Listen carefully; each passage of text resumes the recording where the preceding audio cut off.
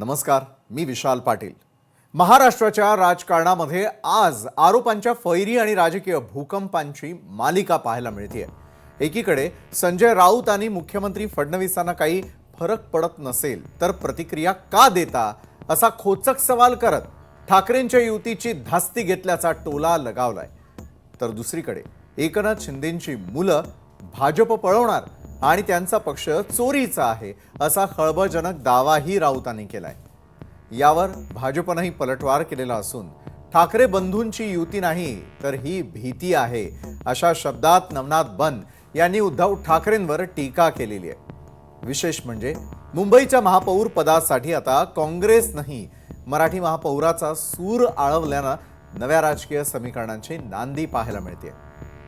विदर्भाकडे वळलो तर मात्र चंद्रपूर महापालिकेची धुरा पुन्हा एकदा सुधीर मुनगंटीवारांकडेच सोपवण्यात आलेली आहे। मात्र पाहुण्यांनी हे आमचं घर आहे असं म्हणू नये असा सज्जड दम त्यांनी दिलेला आहे। नाशिकमध्ये गिरीश महाजन यांच्या उपस्थितीमध्ये मोठी मेगा भरती झालेली असली तरी निष्ठावान आमदार देवयानी फरांदे भावूक झालेले असून त्यांनी दलालांमुळे पक्षप्रवेश झाल्याचा गंभीर आरोप केलेला आहे। तर संजय केणेकर यांनी तिकिटाची अपेक्षा करणाऱ्यांनी परत जावे असं ठणकावून सांगितलंय। दरम्यान जालन्यामध्ये महायुतीचा जागा वाटपाचा तिढा सुटण्याचे संकेत रावसाहेब दानवे यांनी दिले आहेत। आंतरराष्ट्रीय स्तरावर बांगलादेशची राजधानी ढाका बॉम्ब स्फोटानं हादरलेली असून तारिक रहमान यांच्या भेटीआधीच हिंसाचार उफाळलेला आहे। शेवटी तमिळनाडूतून टायर फुटल्यानं झालेल्या भीषण बस अपघातात 9 प्रवाशांचा अंत झालेला असून संपूर्ण देश हळहळलाय। या सर्व घडामोडींचा आढावा आपण घेणार आहोत आजच्या न्यूज प्लॅनेटमध्ये। ठाकरे बंधूंच्या युतीवर मुख्यमंत्री देवेंद्र फडणवीस यांनी दिलेल्या प्रतिक्रियेनंतर आता राजकीय वातावरण चांगलंच तापलंय।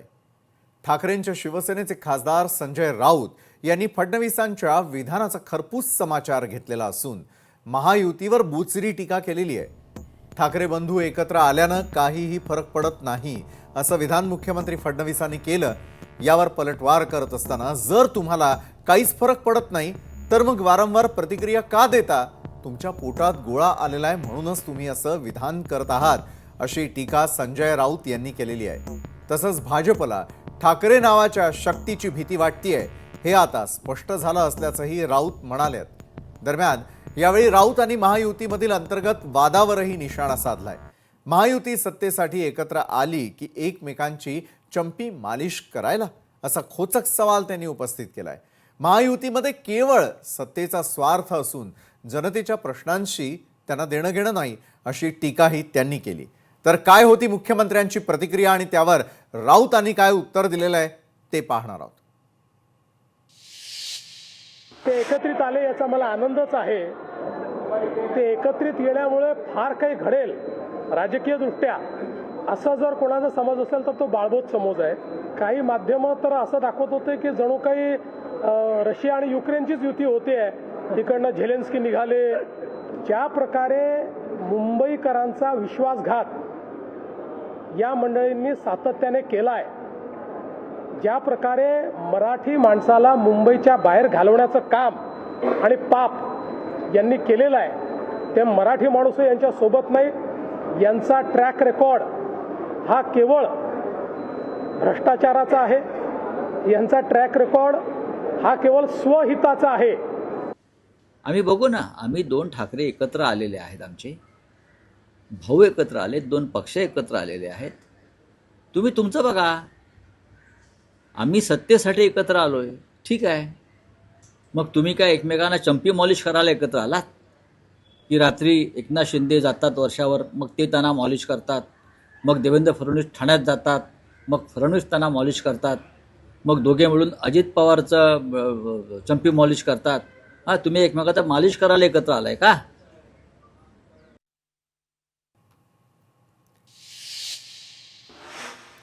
तर एका बाजूला एकमेकांवरती अशाच प्रकारचे वार पलटवार या संदर्भातही दिवसभरात अनेक घडामोडी घडल्या।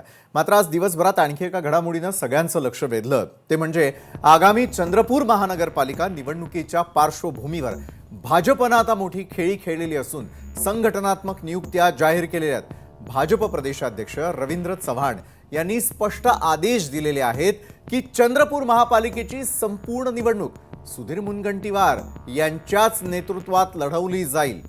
या निवडणुकीसाठी चयनसुख संचेती यांची निवडणूक निरीक्षक म्हणून नियुक्ती करण्यात आलेली असून माजी खासदार अशोक नेते यांच्याकडे निवडणूक प्रभारी पदाची जबाबदारी सोपवण्यात आलेली आहे. बरं, विशेष म्हणजे नुकतेच भाजपमध्ये सामील झालेले आमदार किशोर जोरगेवार यांची निवडणूक प्रमुख पदी नियुक्ती करण्यात आलेली आहे.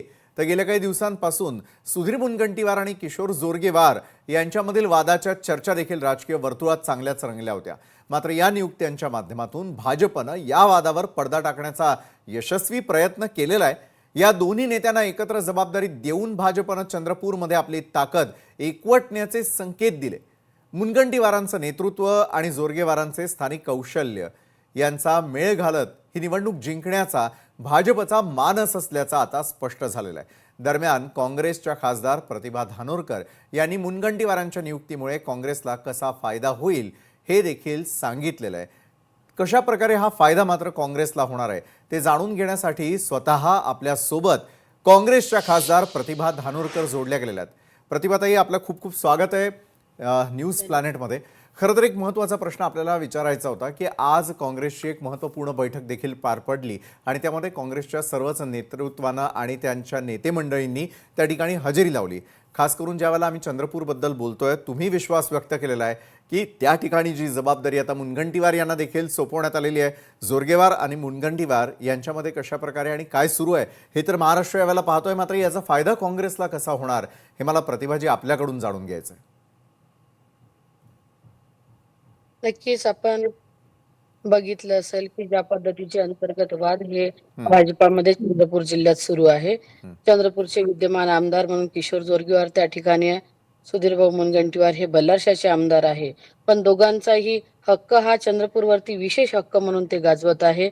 आधी निवडणुकीची जबाबदारी ही जोरगेवारांकडे दिली होती, नंतर ती जबाबदारी त्यांच्याकडे काढण्यात आली आणि आता संपूर्ण निवडणूक ही सुधीरभाऊ मुनगंटीवार यांच्या नेतृत्वात लढल्या जाईल असं आवाहन त्या ठिकाणी करण्यात आलं. मात्र विद्यमान आमदार हे जोरगेवार असल्यामुळे ते मुनगंटीवारांच्या नेतृत्वाला मान्य होणार नाही आणि त्यांचा जो अंतर्गत वाद आहे तो चव्हाट्यावरती येऊन सतत भाजपाचे अंतर्गत कलह हे रस्त्यावरती आपल्याला दिसत आहे आणि मला विश्वास ज्या पद्धतीचे हे वाद त्यांचे आहे याचा फायदा येणाऱ्या महापालिकेच्या निवडणुकीत काँग्रेसला नक्की होणार आहे. बरं, पण एका बाजूला त्यांच्यातील वाद शमवण्यासाठी म्हणून पक्षाकडून दोघांना समसमान जबाबदारी देण्याचा प्रयत्न करण्यात आला. मात्र तरी देखील चंद्रपूरमधलं राजकीय गणित कशा प्रकारे बदलू शकतं आणि त्याचा फायदा काँग्रेसला जर घ्यायचा असेल तर मग तुमची रणनीती नेमकी कशा स्वरूपाची असेल? नक्कीच आपण बघितलं असेल की आता नगरपालिकेच्या निवडणुका आटोपल्या. जवळपास चंद्रपूर जिल्ह्याच्या 10 नगरपालिका होत्या आणि विद्यमान 5-5 आमदार हे भाजपाचे असून देखील भाजपाला खिंडार पाडत सगळ्या जनतेने कौल हा काँग्रेसच्या बाजूने दिला आणि हा कौल देत असताना आपण पाहिलं की कुठेतरी जी मनमानी या भाजपवाल्यांची चालू आहे, ज्या पद्धतीचा सत्तेचा सगळा अरेरावीपणा या भाजपांचा चालू आहे, याला नाकारून कुठेतरी काँग्रेसच्या बाजूने जनता आली आणि ज्या पद्धतीनं नगरपालिकेला कौल हा काँग्रेसला दिला तोच कौल हा चंद्रपूरकर काँग्रेसला या महापालिकेत देखील देणार आहे. बरोबर आहे. कुठले चंद्रपूरकरांचे फार महत्त्वाचे प्रश्न आहेत की जे सोडवणं गरजेचं आहे. कारण यावेळेला स्थानिक स्वराज्य संस्थांच्या निवडणुकांचे ज्या वेळेला निकाल लागले, नगर परिषद असेल, नगरपंचायत असेल, त्यामध्ये एक गोष्ट दिसून आली की महाविकास आघाडीमध्ये केवळ आणि केवळ बढत किंवा फायदा हा केवळ काँग्रेसला झालेला होता. येत्या काळातल्या निवडणुकांमध्ये देखील काँग्रेसला त्याचा कितपत फायदा मिळू शकतो असं तुम्हाला वाटतं? काँग्रेसकडे जनता जर झुकत असेल तर ती का झुकताना दिसते? बरं, दुसरीकडे एक घवघवीत आणि मोठं यश हे भाजप आणि शिवसेना जी शिंदेंची आहे त्यांना मिळाल्याचं पाहायला मिळालं होतं. अजितदादांना देखील पसंती मोठ्या प्रमाणात असल्याचं दिसून आलेलं होतं. मात्र काँग्रेस नेमका कशा प्रकारचा निर्णय घेताना दिसेल? कारण अनेक ठिकाणी तुम्ही देखील महाविकास आघाडीमध्ये सोबत नसल्याचं पाहायला मिळालेलं होतं. मात्र आता पुढचे निर्णय जरी येणं अपेक्षित असलं तरी देखील चंद्रपूरला धरून मला आपल्याकडून जाणून घ्यायचंय. प्रतिभा, आम्ही प्रामाणिक प्रयत्न केला की महाविकास आघाडी जी लोकसभेत विधानसभेत आमच्या सोबत होती त्यांना सोबतच घेऊन आपण महापालिकेची निवडणूक देखील लढवली पाहिजे.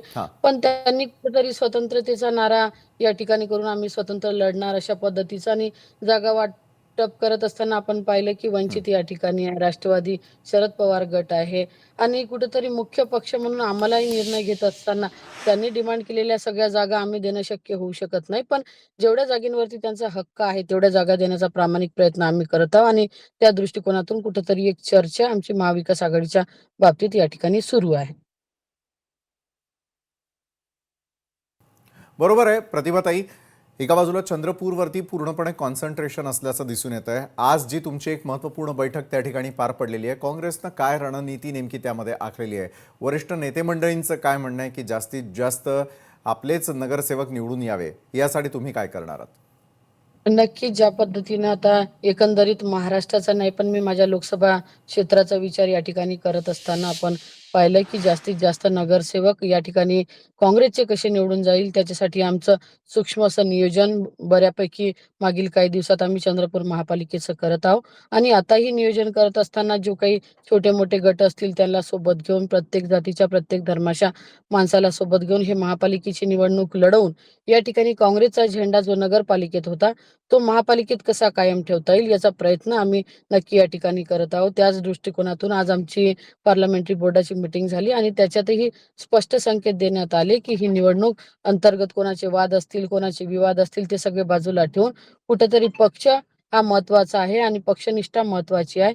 त्याच दृष्टिकोनातून सगळ्यांनी एकत्रित येऊन हे निवडणूक लढण्याचा निर्णय या ठिकाणी आज झालेला आहे. प्रतिभाताई, आता थोडंसं राजकीय गणित आणि समीकरण याला मी थोडं बाजूला नेतो. चंद्रपूरकरांच्या हिताकडे आपण थोडंसं पाहूयात. कारण सध्या काय होतंय, प्रत्येक चॅनल असेल किंवा प्रत्येक माध्यमामध्ये चर्चा ही केवळ मोठ्या नगरपालिकांसंदर्भातली महानगरपालिकांसंदर्भातली होत असल्याचं आपल्याला ऐकायला मिळतं. मात्र मला चंद्रपूरची नेमकी स्थिती काय आहे, चंद्रपूरकरांचे महत्त्वाचे प्रश्न काय आहेत आणि ते प्रश्न सोडवण्यासाठी महापालिकेला तिथल्या कुठल्या प्रकारचे निर्णय घ्यावे लागतील, कारण जाहीरनामे येतील, त्यानंतर उमेदवारही घोषित होतील पुढच्या काळामध्ये. मात्र चंद्रपूरकरांना नेमकं काय हवंय हे तुम्ही कितपत जाणता? आपण बघितलं असेल की 2012ची स्थापना ही चंद्रपूर महापालिकेची आहे आणि स्थापनेचा पहिला महापौर हा काँग्रेसचा होता. बरोबर आहे. त्याच्यानंतर मागील 10 वर्ष हा भाजपचा महापौर त्या ठिकाणी राहिला. पण कुठल्याही पद्धतीचे शहराचे जे प्रलंबित प्रश्न आहे अजूनपर्यंत पाण्याची पर्याय व्यवस्था ही चंद्रपूर शहरासाठी कायमस्वरूपी सोर्स पाण्याचा अजून चंद्रपूरसाठी नाही आहे. औद्योगिक शहर म्हणून चंद्रपूर प्रसिद्ध आहे. मोठ्या प्रमाणात प्रदूषण चंद्रपुरामध्ये आहे. पाहिजे तसा विकास या ठिकाणी झाला नाही. MIDC या ठिकाणी आहे.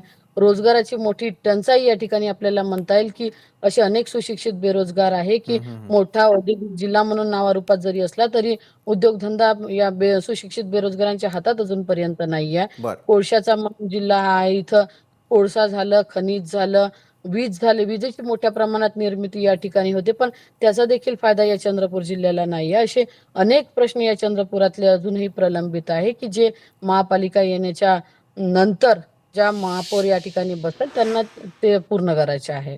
नक्कीच धन्यवाद, तुम्ही आमच्यासोबत जोडला गेलात आणि चंद्रपूरची एकंदरीत राजकीय परिस्थिती आणि येत्या महापालिका निवडणुकांमध्ये काय असेल चित्र हे सांगण्याचा प्रयत्न केलात. धन्यवाद. थँक्यू.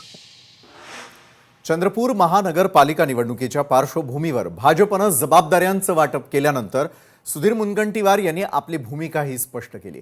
गेल्या काही दिवसांपासून मुनगंटीवार नाराज असल्याच्या चर्चांना उधाण आलेलं होतं. मात्र या सर्व चर्चांना त्यांनी आता पूर्णविराम दिलाय. मी कधीच नाराज नव्हतो. भारतीय जनता पक्ष हा माझा स्वतःचा पक्ष आहे, अशा शब्दात त्यांनी आपली निष्ठा व्यक्त केली. आणि यावेळी बोलत असताना मुनगंटीवार यांनी पक्षात नव्यानं प्रवेश केलेल्या नेत्यांना आणि पाहुण्यांना सूचक इशारा देऊन टाकला. ते म्हणाले की भाजप हे आमचं घर आहे, मात्र बाहेरून येणाऱ्या पाहुण्यांनी हे घर आमचंच आहे असं बोलण्याचा धाडस करू नये, असं मुनगंटीवारांनी सज्जड दम देताना म्हटलंय.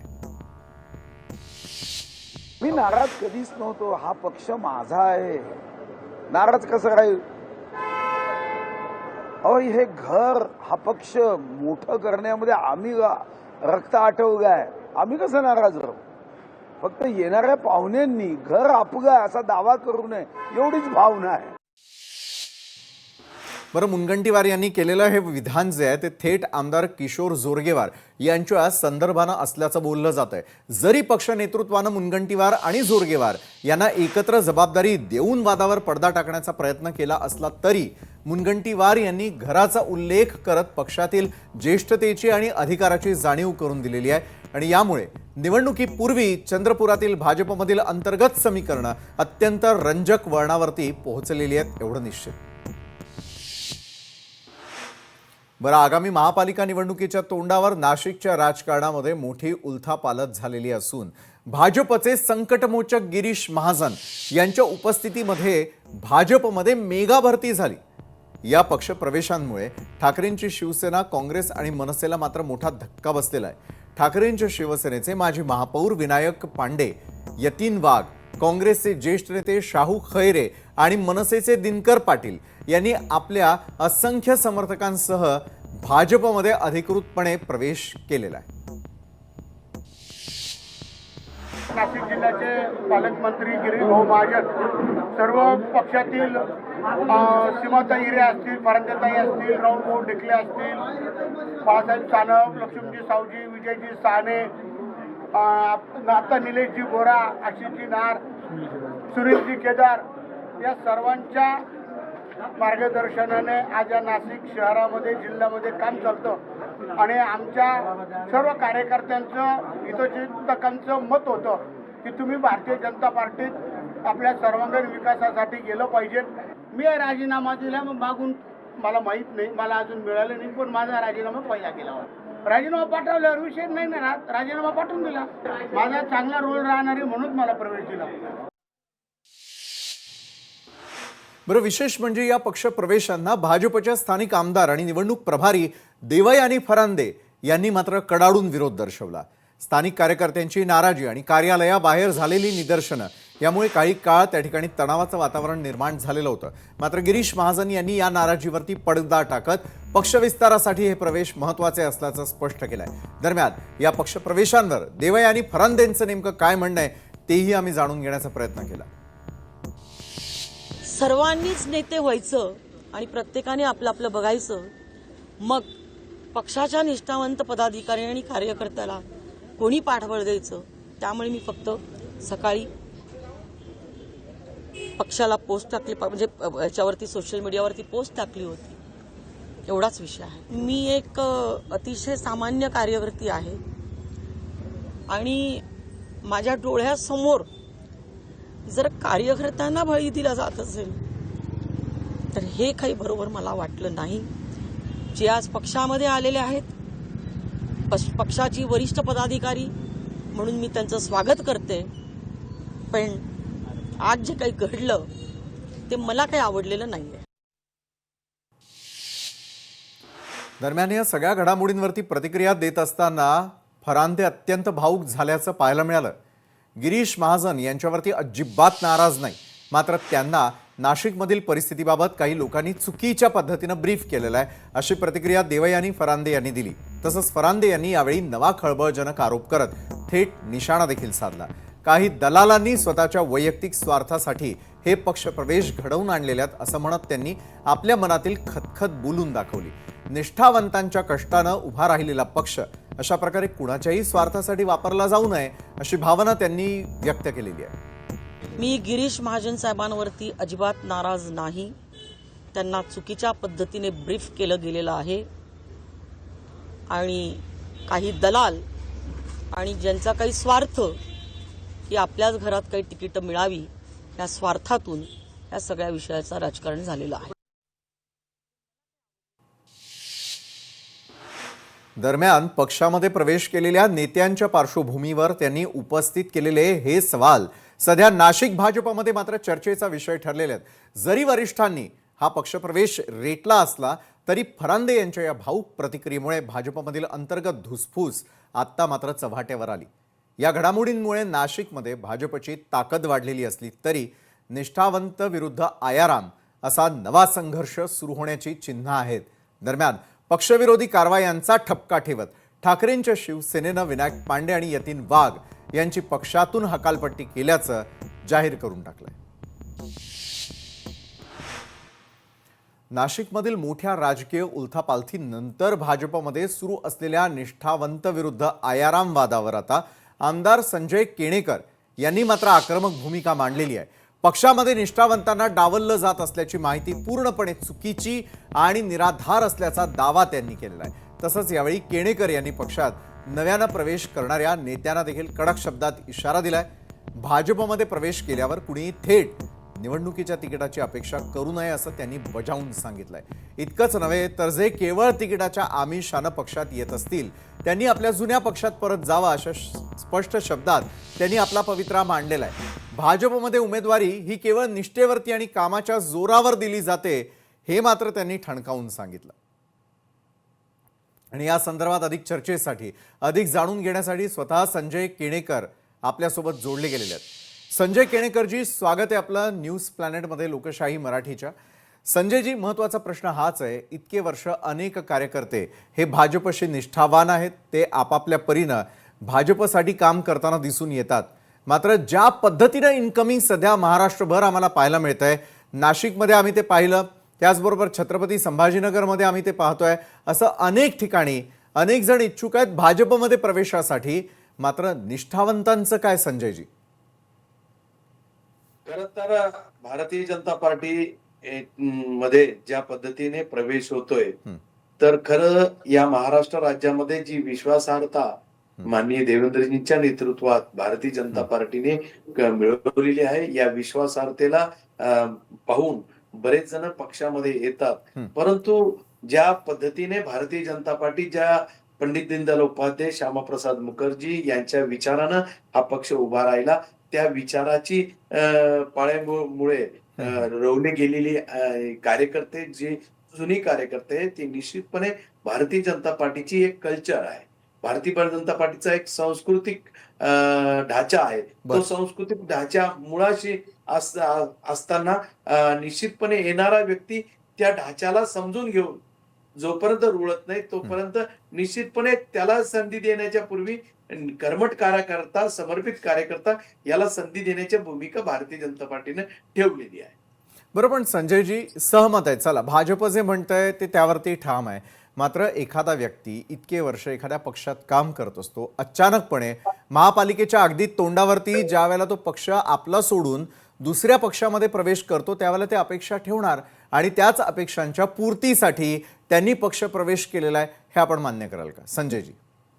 खरं तर एक तर भारतीय जनता पार्टीमध्ये निवडणुकीचे गणितही वेगळे असतात. बरं. निवडणुकीमध्ये निवडून येण्याच्या संदर्भात जी प्राबल्य उमेदवार असतात, ज्यांचं प्राबल्य आहे, समाजाचं असो किंवा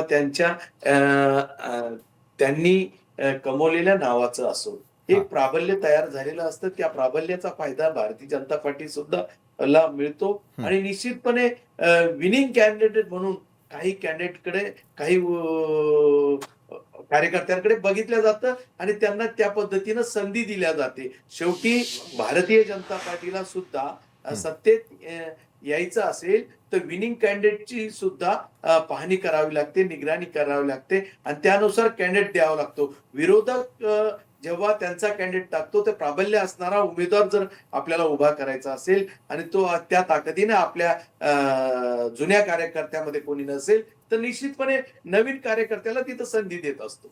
संजयजी, मग आपल्या पक्षामध्ये विनिंग कॅन्डिडेट्स किंवा तशा प्रकारचे कॅन्डिडेट्स खरोखर कमी झालेले आहेत का? आज अनेकांना पक्षप्रवेश देण्याची वेळ भाजपवरती नेमकी काय येते? भाजपला जे उमेदवार आहेत ते आयात करण्याची वेळ आलेली आहे का? हा माझा आपल्याला थेट प्रश्न आहे. तुम्हाला एकूणच सांगतो, एक तर या बोलण्यात काही तथ्य नाहीये. भारतीय जनता पार्टी प्रवेश तिकिटासाठी नाही देते.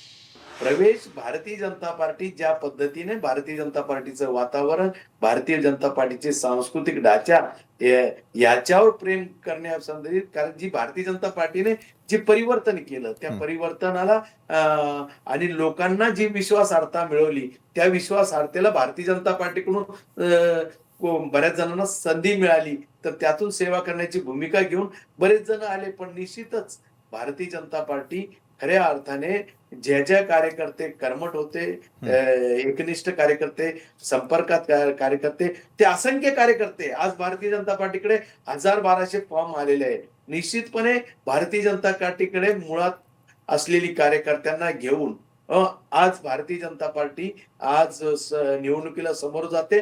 पण काही गणिते सामाजिक तत्वावर चालतात, काही गणिते विनिंग कॅन्डिडेट कोण आहेत त्या तत्वावर चालतात. बर. आणि त्यावेळी जुना कार्यकर्ता जर तिथं बसू शकत नसेल तर निश्चितपणे नवीन आलेल्या कार्यकर्त्याला संधी देणं काही चुकीचं नाहीये.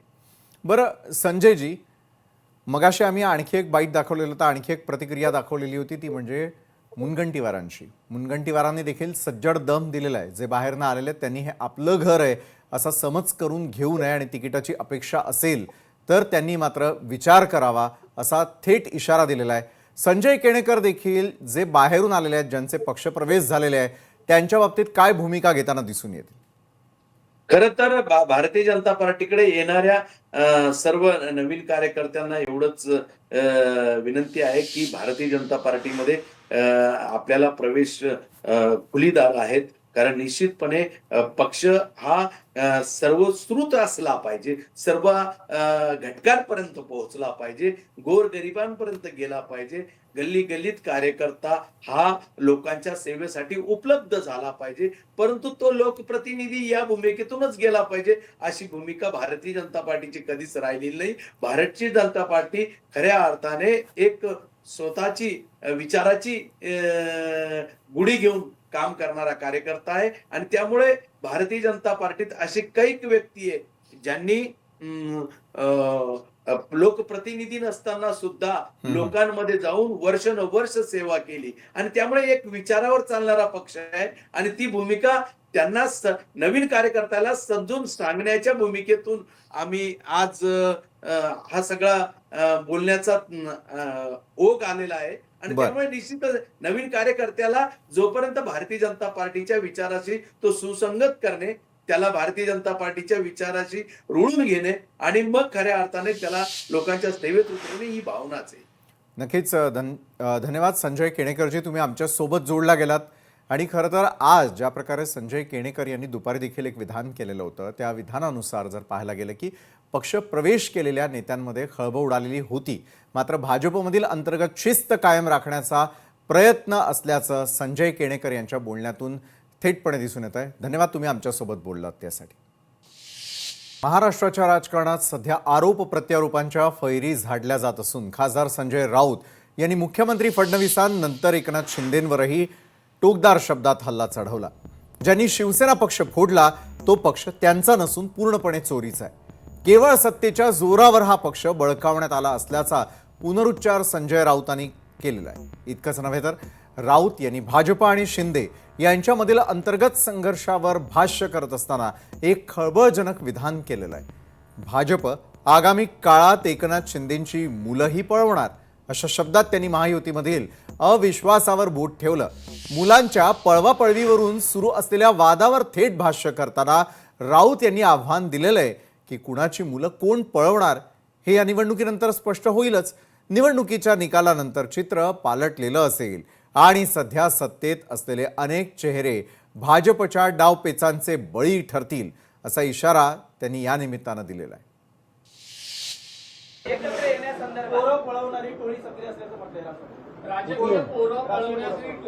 अरे जे आपली पोरं सांभाळू शकत नाही ते मुंबई काय सांभाळणार, राज्य काय सांभाळणार?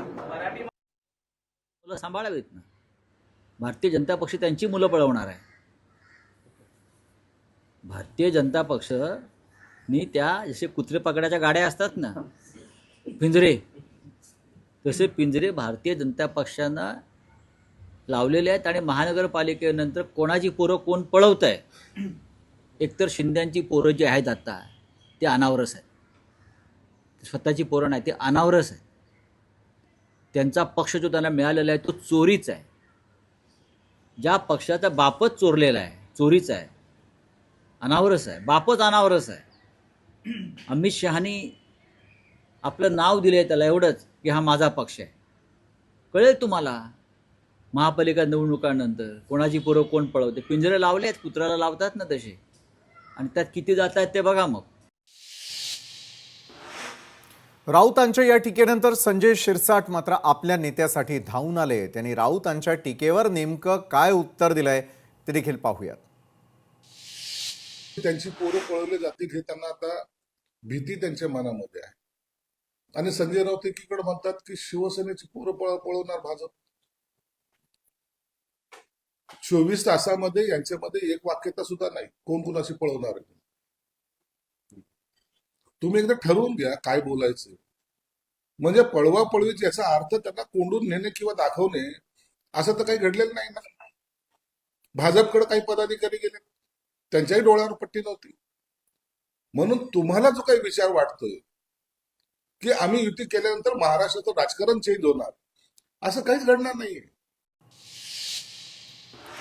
भाजपचे माध्यम प्रमुख नवनाथ बन यांनी देखील ठाकरे बंधूंच्या युतीवर सडकून टीका करताना ही युती नसून केवळ भीती असल्याची टीका केलेली आहे. उद्धव ठाकरे आणि राज ठाकरे हे प्रेमापोटी नव्हे तर राजकीय अस्तित्वाच्या भीतीपोटी एकत्र आल्याचा टोला त्यांनी लगावला. यावेळी नवनाथ बन यांनी एक खळबळजनक विधान करत उद्धव ठाकरेंवर निशाणा साधला. उद्धव ठाकरे हे राज ठाकरेंच्या पाठीत पुन्हा खंजीर खुपसतील अशी भीती व्यक्त करत त्यांनी भूतकाळातील काही दाखले दिले. संजय राऊत वारंवार या युतीचं समर्थन करत असताना नवनाथ बन यांनी मात्र त्यांना थेट आव्हान दिलेलं आहे. संजय राऊत यांनी उद्धव ठाकरेंनी मुख्यमंत्री असताना केलेली फक्त 10 चांगली कामं जनतेला दाखवावीत अशा शब्दात त्यांनी ठाकरेंच्या कार्यक्षमतेवर प्रश्नचिन्ह उपस्थित केलं. केवळ विरोधासाठी विरोध न करता विकास कामांवर बोलावं असंही बन यांनी यावेळी म्हटलंय. उद्धवजी ठाकरे यांची परंपरा पाठीमध्ये खंजीर खुपसण्याची आहे.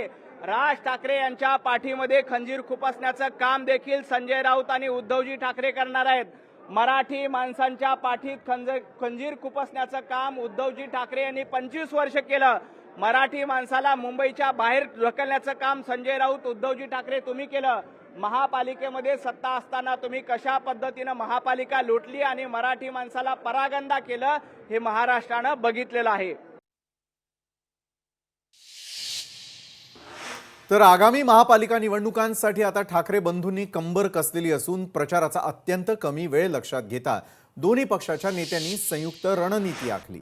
जास्तीत जास्त सभा आणि मतदारांपर्यंत पोहोचण्यासाठी ठाकरेंची शिवसेना आणि मनसेचे वरिष्ठ नेते एकत्र मिळून नियोजन करतायत. मुंबईसह ठाणे, नाशिक, नवी मुंबई, पालघर, पुणे आणि छत्रपती संभाजीनगर या महत्त्वाच्या महापालिकांवर लक्ष केंद्रित करण्यात आलेलं असून तिथे भव्य प्रचार सभा आणि रोड शोचं आयोजन केलं जाणार आहे. या प्रचार मोहिमेची जबाबदारी विभागून घेण्यात आलेली असून मुख्य सभांचं मैदान राज ठाकरे आणि उद्धव ठाकरे हे दिग्गज नेते गाजवणार आहेत. तर दुसरीकडे तरुणांना आकर्षित करण्यासाठी आणि जनसंपर्क वाढवण्यासाठी आदित्य ठाकरे आणि अमित ठाकरे यांच्या खांद्यावर रोड शो आणि भव्य प्रचार रॅलींची धुरा सोपवण्यात आलेली आहे. ठाकरे बंधूंची ही नवी फळी मैदानात उतरणार असल्यानं कार्यकर्त्यांमध्ये मोठा उत्साह दिसून येतोय. प्रचाराचे हे संपूर्ण नियोजन येत्या 2 दिवसांमध्ये पूर्ण करण्याचा मानस दोन्ही पक्षांच्या नेत्यांना आहे.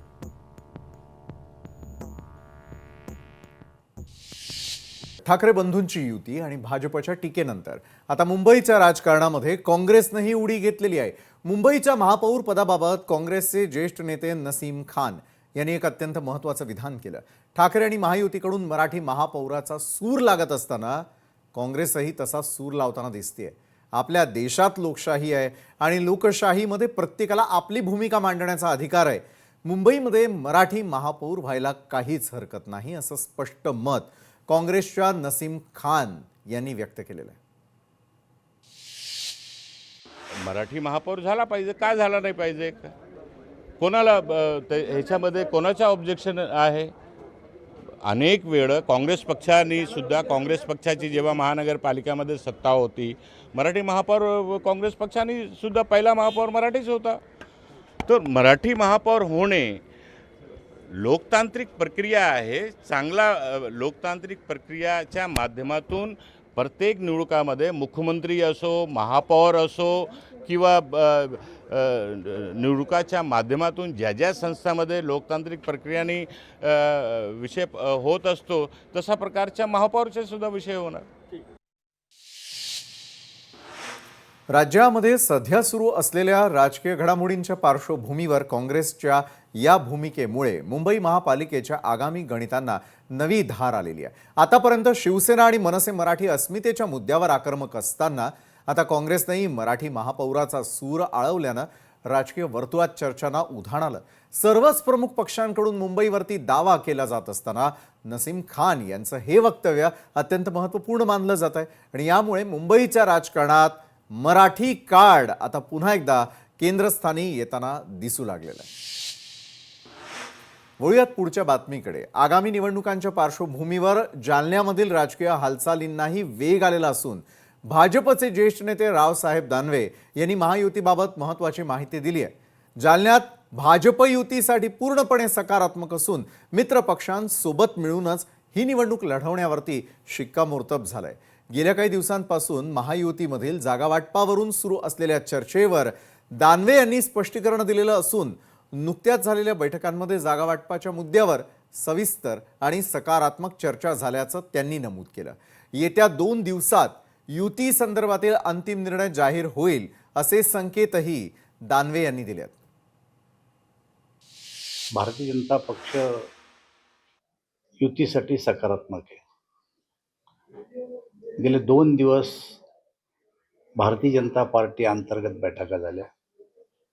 मी स्वतः, बबनराव लोणीकर, कैलास गोरंट्याल, आज संतोष दानवे, भास्कर आबा यांनी या जालना शहरात जे वॉर्ड आहेत त्या वॉर्डामध्ये आलेले जे उमेदवार आहेत त्यांच्या मुलाखतीनंतर एक आमचं रेकॉर्ड तयार केलं की मित्रपक्षाशी बसताना कोणत्या प्रकारची वार्ड आपण मागितले पाहिजे,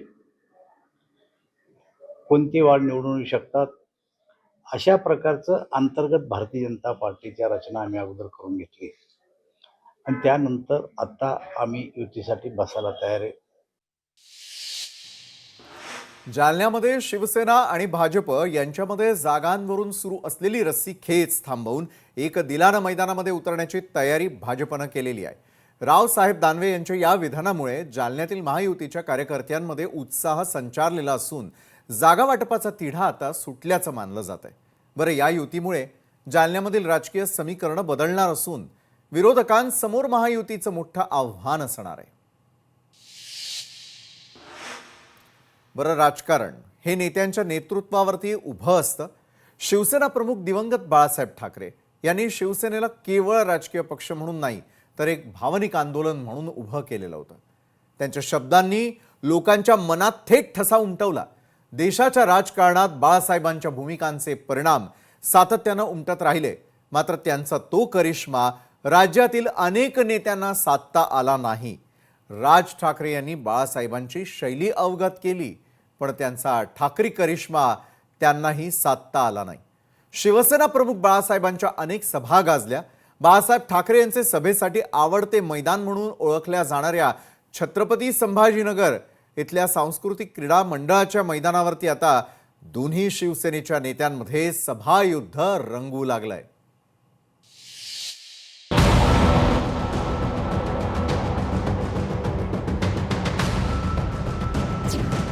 छत्रपती संभाजीनगरात सभा घेण्यावरून शाब्दिक युद्ध. शिवसेनेच्या दोन्ही पक्षांचे परस्पर विरोधी आरोप. बाळासाहेबांचा करिश्मा कोण टिकवणार? सांस्कृतिक क्रीडा मंडळाचे मैदान ठाकरे शिवसेनेकडून आरक्षित. छत्रपती संभाजीनगरमधील सांस्कृतिक क्रीडा मंडळाचं मैदान दिवंगत नेते बाळासाहेब ठाकरे यांचं आवडतं मैदान म्हणून सर्वांना परिचित होतं. या मैदानावरील बाळासाहेबांची सभा संपूर्ण मराठवाड्यातील शिवसैनिकांना ऊर्जा देणारी सभा ठरत होती. आता महापालिका निवडणुकीच्या निमित्तानं हे मैदान शिवसेना उद्धव बाळासाहेब ठाकरे पक्षाने 5 जानेवारी ते 18 जानेवारी पर्यंत उद्धव ठाकरे यांच्या सभेसाठी आरक्षित केले. या मैदानावर उद्धव ठाकरे यांची सभा होणार आहे.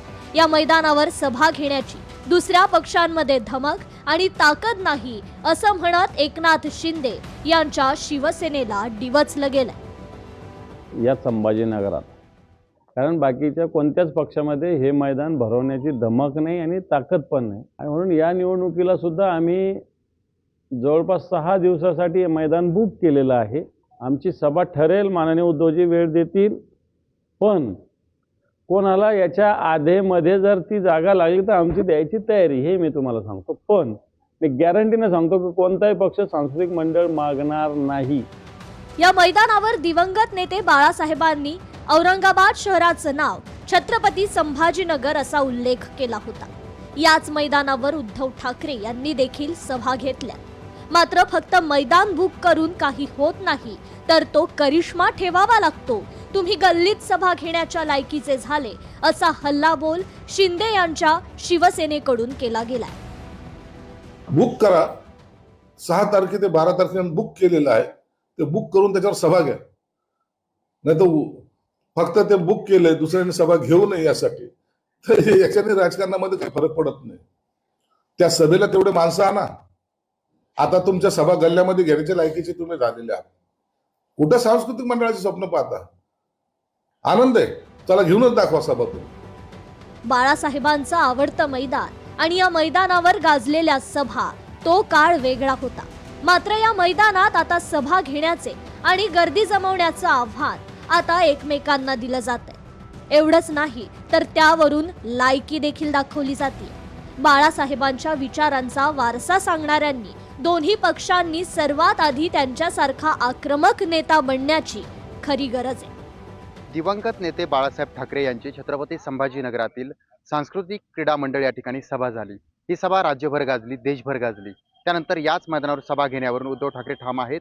तर शिवसेना उद्धव बाळासाहेब ठाकरे पक्षानं हे मैदानही बुक केलंय. मात्र या मैदानावर गर्दी जमवून दाखवा असं चॅलेंज आहे ते शिंदेच्या शिवसेनेने दिलेलं आहे. सचिन बडे, लोकशाही मराठी, छत्रपती संभाजीनगर. नवी मुंबई आंतरराष्ट्रीय विमानतळ नवी मुंबईच्या विकासाचा केंद्रबिंदू ठरत आहे. गुरुवारपासून या विमानतळावरून प्रवासी वाहतुकीला सुरुवात झाली. सुरुवातीला दिवसभरात एकूण 30 विमानांची ये-जा होणार असून 4000 प्रवासी याचा लाभ घेताना दिसले. पुढील 15 दिवसानंतर दिवसाला 48 विमानांची रेलचेल या ठिकाणी असेल. त्यानंतर टप्प्याटप्प्यानं विमान वाहतुकीत वाढ करण्यात येणार आहे.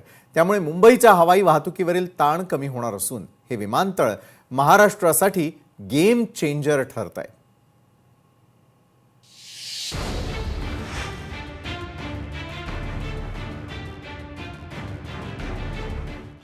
नवी मुंबई आंतरराष्ट्रीय विमानतळावरून प्रवासी वाहतुकीला प्रारंभ. नवी मुंबई विमानतळ महाराष्ट्रासाठी गेम चेंजर ठरणार.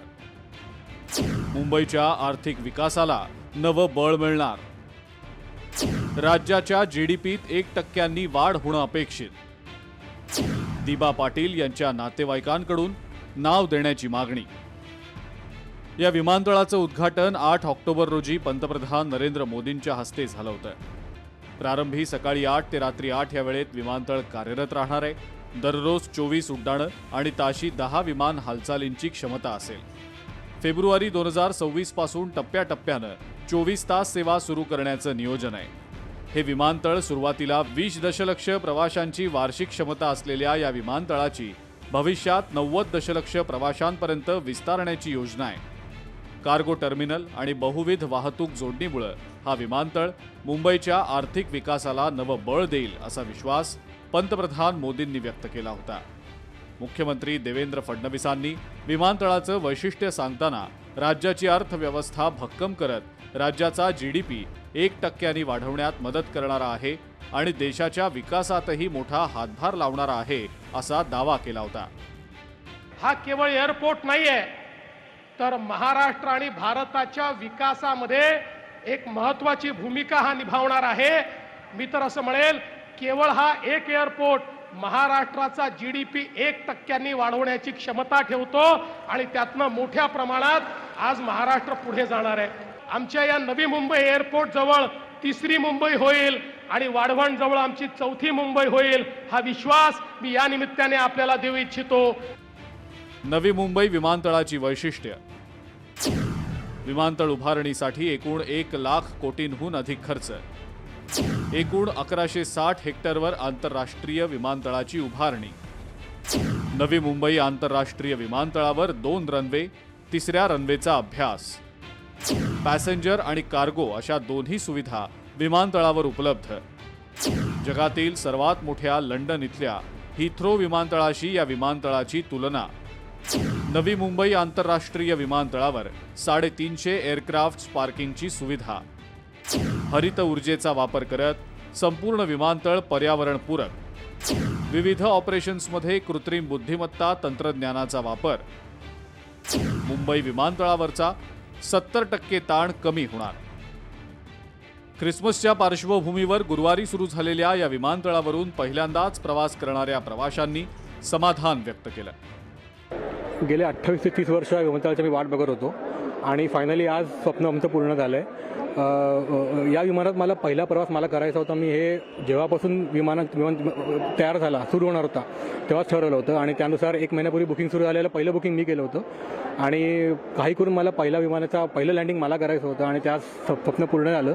खूप बरं वाटतं, खूप छान वाटतं आहे. जागतिक दर्जाचं इन्फ्रास्ट्रक्चर आणि सुविधा आपल्या देशामध्ये उभ्या राहत आहेत आणि तेही नवी मुंबईसारख्या ठिकाणी घरापासून 10 मिनिटाच्या अंतरावरती विमानतळासारखं सुख कुठलं असू शकत नाही. फार सुंदर विमानतळ उभा राहिलेला आहे आणि सोयी सुविधा ज्या सगळ्या निर्माण केल्या आहेत त्या खरोखरच उच्च दर्जाच्या आहेत. नवी मुंबई विमानतळाला स्थानिक नेते दिबा पाटील यांचं नाव देण्याची मागणी भूमिपुत्रांनी केलेली आहे. यासाठी नवी मुंबईत आंदोलन पुकारण्यात आलेलं होतं. राज्य सरकारनं दिबांचं नाव देण्यात सकारात्मकता दर्शवलेली आहे. मात्र उड्डाणाच्या पहिल्या दिवसापासून दिबा पाटील यांचं नाव असतं तर नवी मुंबईकरांना अधिक आनंद झाला असता अशी भावना दिबा पाटील यांच्या नातवांनी व्यक्त केलेली आहे. खंत तर व्यक्त केली जाते, पण त्याच्याचबरोबर एवढा विश्वास आणि खात्री पण आहे निश्चितपणाने की नाव निश्चित केलं जाईल. थोडासा उशीर होतोय, नक्कीच ॲक्सेप्ट करेन, पण एवढं खात्री वाटते की नाव दिलं जाईल. दुसरं म्हणाल आपण अनुभवाची गोष्ट कराल, खरंच खूप अभिमानाची गोष्ट आहे की या ठिकाणी आम्ही लँड झालो. आज मी खऱ्या अर्थी असं वाटलं की घरी लँड झालो आणि नाव दिलं जावं, लवकरात लवकर दिलं जावं, अंत पाहू नये. जगातील सर्वात जास्त प्रवाशांची वर्दळ असलेलं विमानतळ म्हणून नवी मुंबई विमानतळाला मान मिळणार आहे. देशाच्या हवाई वाहतूक प्रगतीचं नवं दालन या निमित्तानं खुलं झालंय. जगाच्या नकाशावर भारताची आणि पर्यायानं नवी मुंबईची ही उंच भरारी आर्थिक विकासासाठी गेम चेंजर ठरणार आहे. ब्युरो रिपोर्ट, लोकशाही मराठी.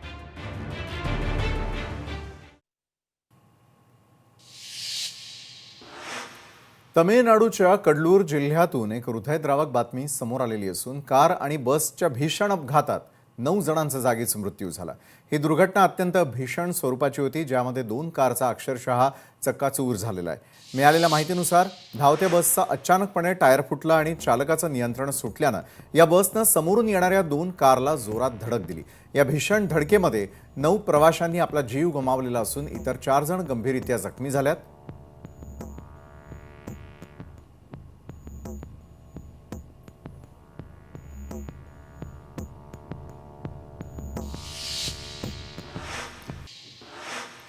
तर या होत्या आज संपूर्ण दिवसभरातील राज्य, देश आणि विदेशातील महत्त्वाच्या घडामोडी. तर आजच्या न्यूज प्लॅनेटमध्ये वेळ झाली. इथं थांबण्याची. ताज्या घडामोडींसाठी पाहायला विसरू नका लोकशाही मराठी.